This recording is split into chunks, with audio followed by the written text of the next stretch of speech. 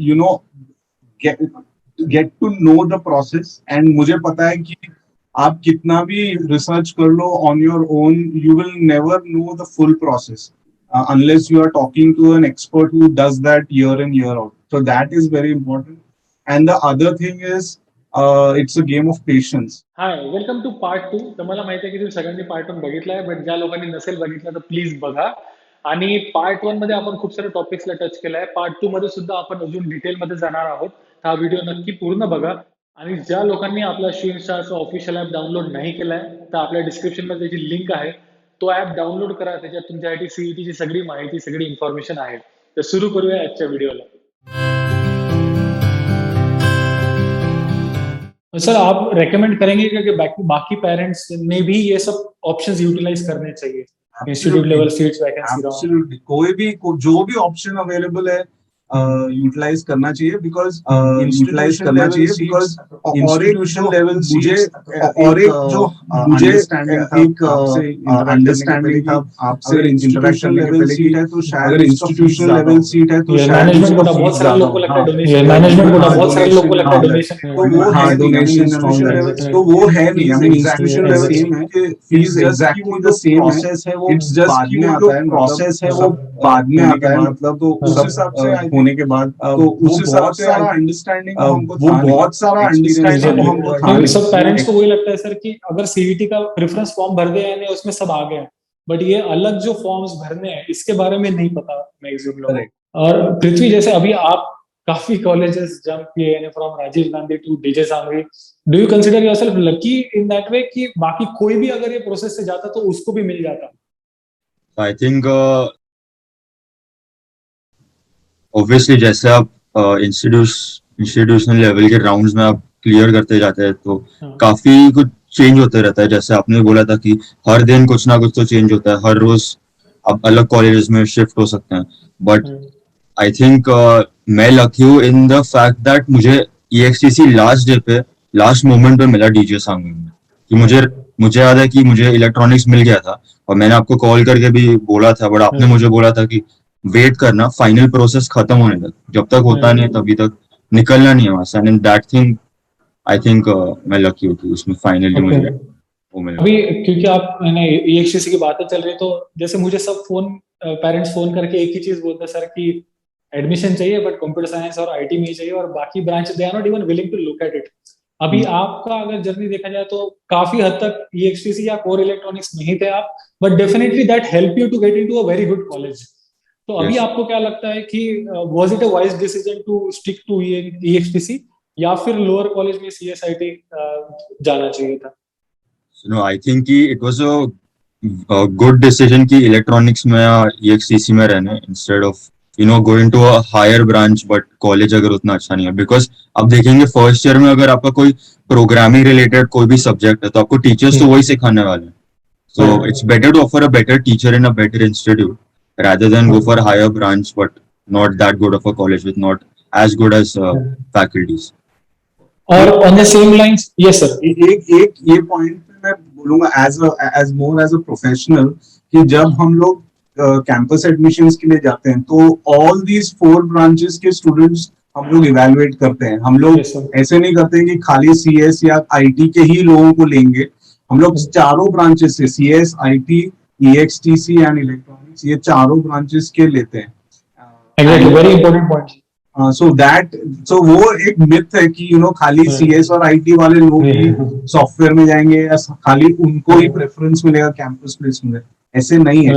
At the end of the day it is obviously the knowledge you have, it is the personality you have and how you do the interview, वो तीनों चीजें matter करती है। Branch matter करता है but it's not a criteria for removing people कि खाली CSIT के लोग को ही हम लेंगे, ऐसा नहीं होता। EXTC और इलेक्ट्रॉनिक्स के लोग को भी लेते हैं हम लोग डेफिनेटली। और पृथ्वी, अगर लेट्स अज्यूम कि आप CSIT को ही स्टिक रहते तो आपको ये प्रोसेस में कौन सा कॉलेज लगता? क्योंकि आप उसमें से जा चुके हैं, आपने सब काउंसलिंग अटेंड किए, तो मे बी आपके पहले कुछ कॉलेजेस का कट ऑफ आया था, यानी आप जब फिजिकली प्रेजेंट है वहां पे, तो मैं जानना चाहता हूँ कि अगर आप सिर्फ CSIT को स्टिक करते तो आप फिलहाल कौन से कॉलेज में रह सकते थे?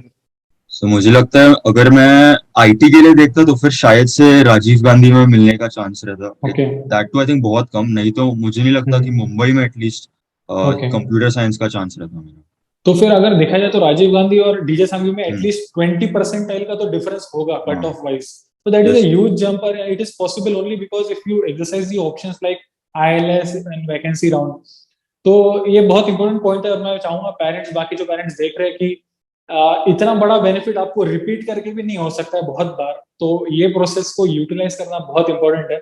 और क्योंकि ये प्रोसेस में सर आपको काफी फॉर्म्स भरने पड़ते हैं, और कहीं कहीं हो सकता है आपको फाइनेंशियल लॉस भी हो, तो क्या आप थोड़ा उसके बारे में बता सकते हैं कि आपको कहीं पे फाइनेंशियल लॉस हुआ क्या, या फिर कैंसिलेशन में पैसे नहीं मिले, एक्सेप्ट फॉर वीआईटी भोपाल, क्योंकि VIT Bhopal is not into CET but CET के कॉलेज में।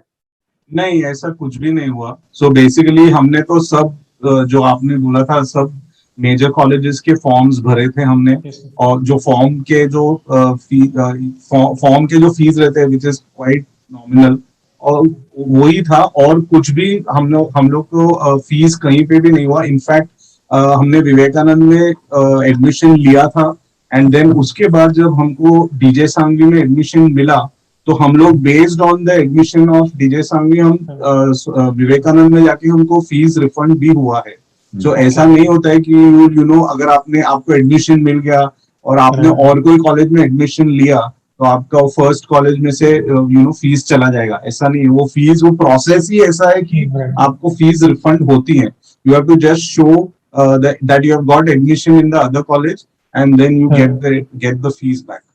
एग्जैक्टली, वेरी इंपॉर्टेंट पॉइंट, क्योंकि बहुत सारे पेरेंट्स को लगता है इसमें काफी फाइनेंशियल लॉस भी हो सकता है, पर ऐसा बिल्कुल नहीं है। सीईटी के इसमें अगर आप कट ऑफ डेट के पहले एडमिशन कैंसिल करते तो आपको सब पैसे रिफंड मिलते हैं, एक्सेप्ट फॉर प्रोसेसिंग फीस अगर कोई 1000-1500 रुपए है तो। और दूसरी इंपॉर्टेंट बात यह है कि चलो पृथ्वी के पास एक वीआईटी भोपाल जैसा बैकअप ऑप्शन था, बट अगर कोई दूसरा बंदा है उसके पास बैकअप ऑप्शन नहीं भी है, बट उनके पास राउंड 2 में जो लगा था वो बैकअप करके ये सब प्रोसेस कर सकते हैं। यानी अगर इनको यहाँ पे कहीं नहीं लगता है तो they can again go back to जो उनको राउंड 2 में लगा था, और अगर आपको बेटर मिलता है तो definitely you can come back and cancel जो आपको राउंड 2 को मिला था। तो ये प्रोसेस बहुत अच्छी है और इसका मैक्सिमम बेनिफिट लोगों ने लेना चाहिए। ये जो कंप्लीट सर्विस हमने आपको दी थी इट वाज ऑनलाइन। जैसे ऑब्वियसली कोविड की वजह से उसके पहले तो काफी फिजिकल सर्विस देते थे हम, जहाँ पे लोग ऑफिस में आते थे, बट ऑनलाइन की वजह से आपको कुछ चैलेंजेस फेस हुए क्या कि मे बी आप मुझसे कांटेक्ट नहीं कर पा रहे थे, या फिर मैसेज प्रॉपर्ली डिलीवर नहीं हो रहा था, ऐसा कुछ एक्सपीरियंस आया था सर आपको? नथिंग, आई थिंक पृथ्वी बोल सकता है, बट हम लोग को तो, मेरे को और मेरी वाइफ को कभी भी कोई प्रॉब्लम नहीं हुआ। मुझे याद है मैं आपको लेट नाइट भी मैसेज करता था WhatsApp and all that, and then अगले दिन सुबह 8:30 9 o'clock हम लोग का कॉल होता था प्राइमरली कि क्या करना है and all that stuff. And I think you are always accessible, कोई प्रॉब्लम नहीं। We had a very good experience, and अभी तक भी while we are having this session we have not met you, so it's been always online, but it's been very very good, it's been seamless. The biggest positive about your service is the sincerity and honesty. I think वो आपका सबसे बड़ा plus है, and I think उसके वजह से online अगर रहेगा तो भी सर्विस में कोई इश्यू नहीं होता है। It's very you are very approachable, always approachable. कुछ कॉल अगर आप नहीं उठा पाते हो क्योंकि आप आपको वेरियस लोगों को कॉल करना होता है व्हाटएवर, तो भी मैसेजेस के थ्रू यू आर कम्युनिकेटिंग, तो it's very good. Thank you so much. और सर फाइनली मुझे ये पूछना कि अभी जो पेरेंट्स जो प्रोसेस में हैं, आप उनको क्या एडवाइस देंगे? So I think the two pieces of advice. One, get to know the process, and मुझे पता है कि आप कितना भी रिसर्च कर लो on your own, you will never know the full process unless you are talking to an expert who does that year in year out. So that is very important. And the other thing is it's a game of patience. मतलब अब exam लोगों को लगता है कि जैसा हमको भी लगा था कि अभी सीईटी हो गया तो ओके ठीक है, अभी तो रिजल्ट्स आएंगे उसके बाद एडमिशन हो जाएगा, बट ऐसा नहीं है। एक्चुअली रिजल्ट्स आने के बाद first round, second round, institutional round, it's a game of patience. And जो ज्यादा पेशेंट रहता है, जो ज्यादा कूल रहता है, काम रहता है, उसमें वो डिसीजन बरोबर ले सकता है. And I think personally I know कि हम लोग काफी इवन जब आपसे हम लोग बात कर रहे थे, हम लोग को लग रहा था कि वो क्या करना चाहिए. एंड कितनी बार मुझे पता है कि आपने बोला है कि बी काम होगा. Just stick with the process and be patient. So that's why I mean I think it's a game of patience, and obviously trust the person that you're interacting with. That's the key. So thank you so much for watching this video.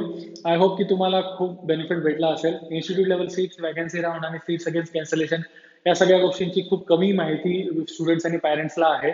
तुम्हाला सुद्धा या वर्षीच्या तुमच्या admission प्रोसेसमध्ये या तिन्ही गोष्टींचा benefit घ्यायचा असेल तर आम्हाला नक्कीच कॉल करा आणि आमची पर्सनल काउन्सिलिंग सर्व्हिस घ्या. आम्ही आमच्या काउन्सिलिंगमध्ये तुमची सीईटी प्रोसेस आणि ह्या तिन्ही प्रोसेस सायमल्टेनियसली रन करतो आणि तुम्हाला सगळ्यात चांगल्यातलं चांगलं कॉलेज मिळवून देतो. जसं पृथ्वीला मिळालंय तुम्हाला सुद्धा मिळू शकते. तर with this I would like to end this video. ज्या लोकांनी आमचा ऍप डाउनलोड नाही केलाय प्लीज डिस्क्रिप्शन मध्ये आमच्या ऍपची लिंक आहे, ते डाउनलोड करा आणि त्या ऍपचा सुद्धा फायदा घ्या. See you again in the next video. Thank you.